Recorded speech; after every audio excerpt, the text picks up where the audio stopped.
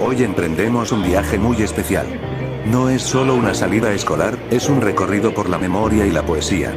Visitaremos las casas de tres grandes escritores chilenos: Pablo Neruda, Vicente Huidobro y Nicanor Parra. Tres miradas distintas, pero todas unidas por la fuerza de la palabra. Una curiosidad, la isla donde está Pablo Neruda se llama Isla de las Gaviotas, pero Pablo Neruda le dijo Isla Negra y lo cambió.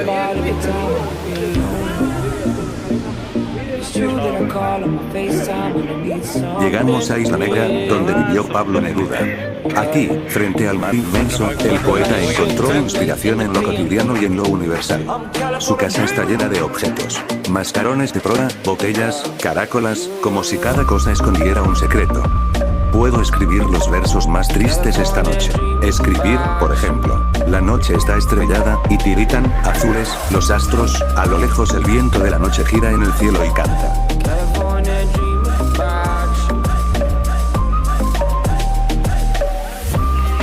Este poema pertenece a 20 poemas de amor y una canción desesperada.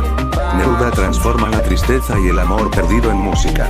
Aquí, cada palabra es un puente entre la emoción y la naturaleza.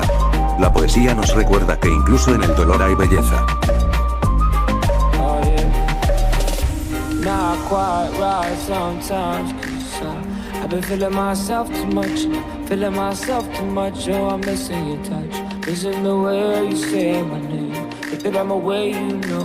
Al cruzar el portón de madera y piedra, se siente que no se entra a una simple casa, sino a un universo personalísimo.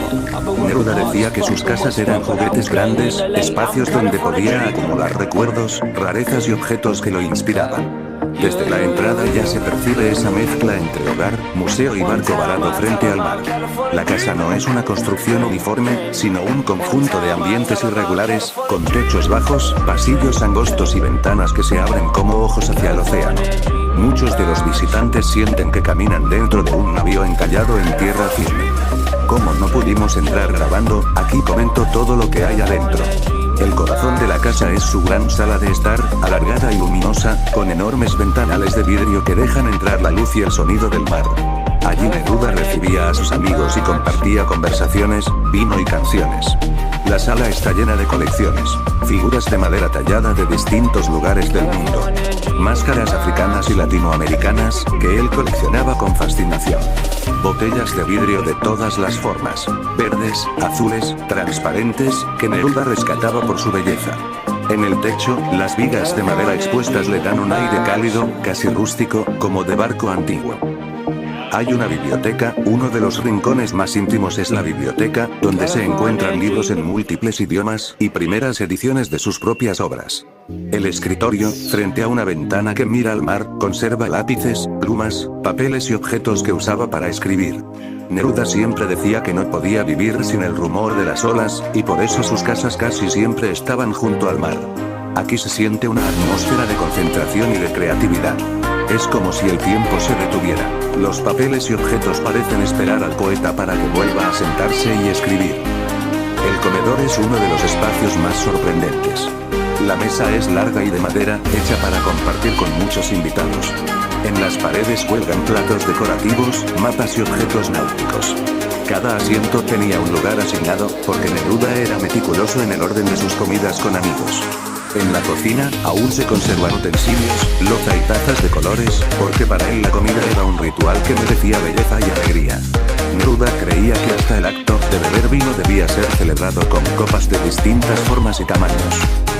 Uno de los tesoros de la casa es su colección de objetos marinos, conchas y caracolas de distintos tamaños, barcos en miniatura dentro de botellas, mapas antiguos de navegantes, remos y piezas de barcos naufragados que él rescataba. Todo esto refuerza la sensación de estar dentro de un barco, casi a punto de zarpar. El dormitorio de Neruda es sencillo, pero acogedor. La cama se ubica cerca de grandes ventanales que permiten ver y escuchar el mar desde la almohada. Frente a ella hay pequeñas mesas con objetos que él consideraba amuletos o recuerdos íntimos. A diferencia de otros espacios más recargados, el dormitorio transmite paz y reposo, como si fuese un refugio personal.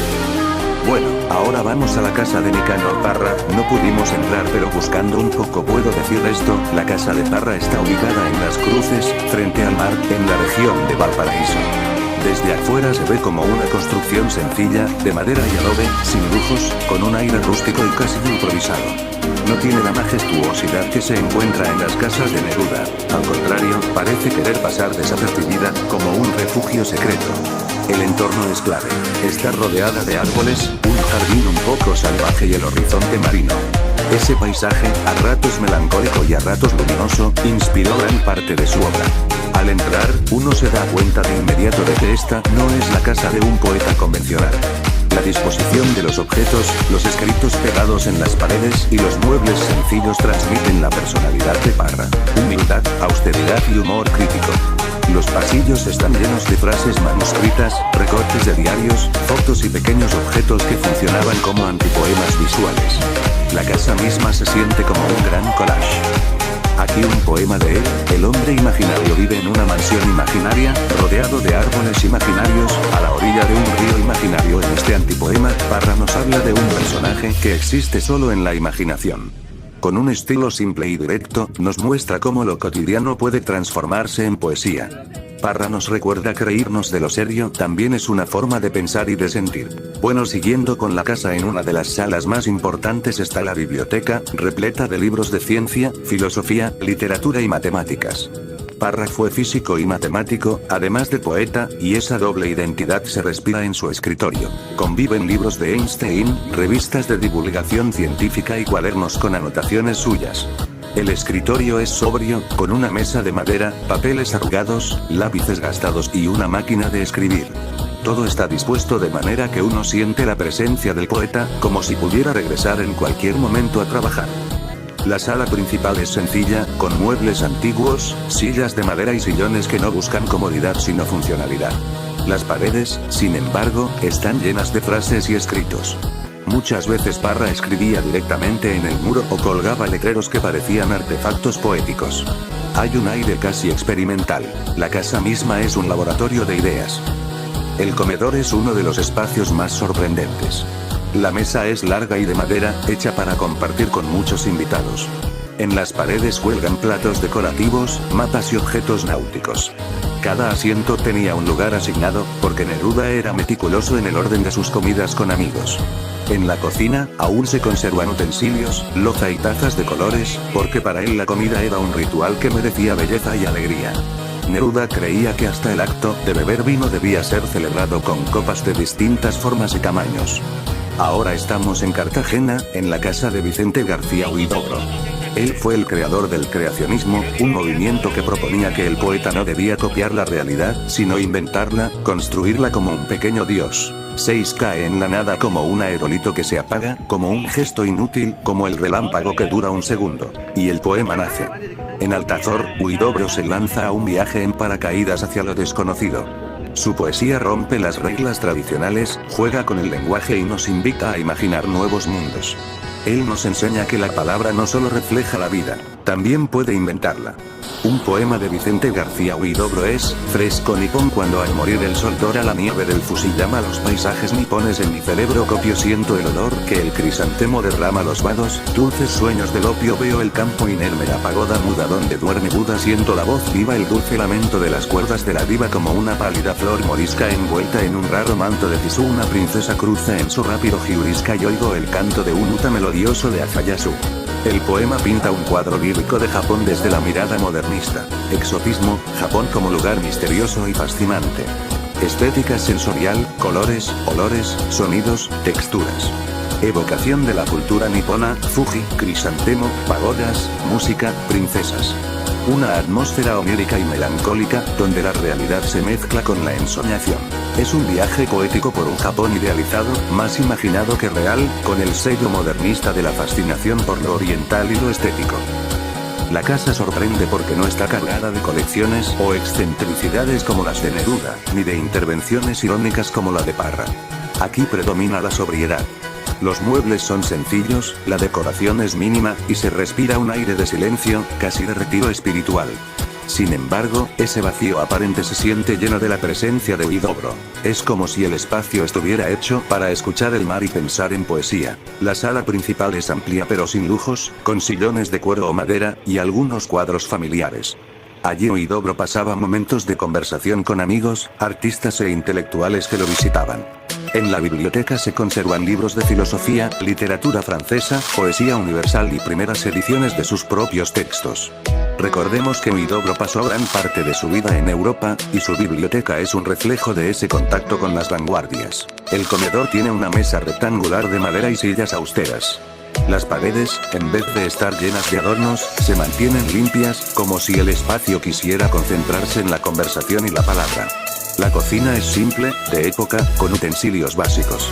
Todo transmite más bien un ambiente de familia y cotidianidad, sin grandes pretensiones. Los dormitorios son sencillos, con camas de madera y ventanas que se abren hacia el mar. No hay exceso de adornos, solo lo necesario para el descanso. Esta sobriedad contrasta mucho con lo grandilocuente y experimental de su poesía, lo que hace la casa aún más especial. Lo más imponente de la casa no está dentro, sino en su exterior. El jardín que mira directamente al mar, y sobre todo el mausoleo de Vicente Huidobro, que se levanta en la misma propiedad. El mausoleo es una construcción blanca, geométrica, de líneas limpias y modernas, casi como un poema visual. Desde allí se ve el océano inmenso, y en la lápida puede leerse su epitafio, uno de los más célebres de la poesía chilena.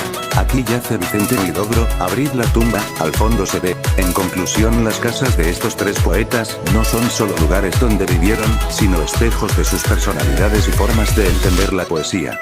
Neruda convirtió su hogar en un barco lleno de colecciones y objetos marinos, como si necesitara rodearse de belleza y de memoria. Parra, en cambio, eligió la austeridad y el humor crítico. Su casa es sencilla, pero transformada en un gran antipoema lleno de ironías y objetos cotidianos. Huidobro, por su parte, dejó un espacio sobrio, casi vacío, donde lo más importante no son los adornos, sino el mar y su mausoleo, recordando que su poesía buscaba crear mundos nuevos. En conjunto, sus casas nos muestran que la poesía también se vive en los espacios, y que cada poeta construyó no solo versos, sino también hogares que siguen hablando de ellos mucho después de su partida.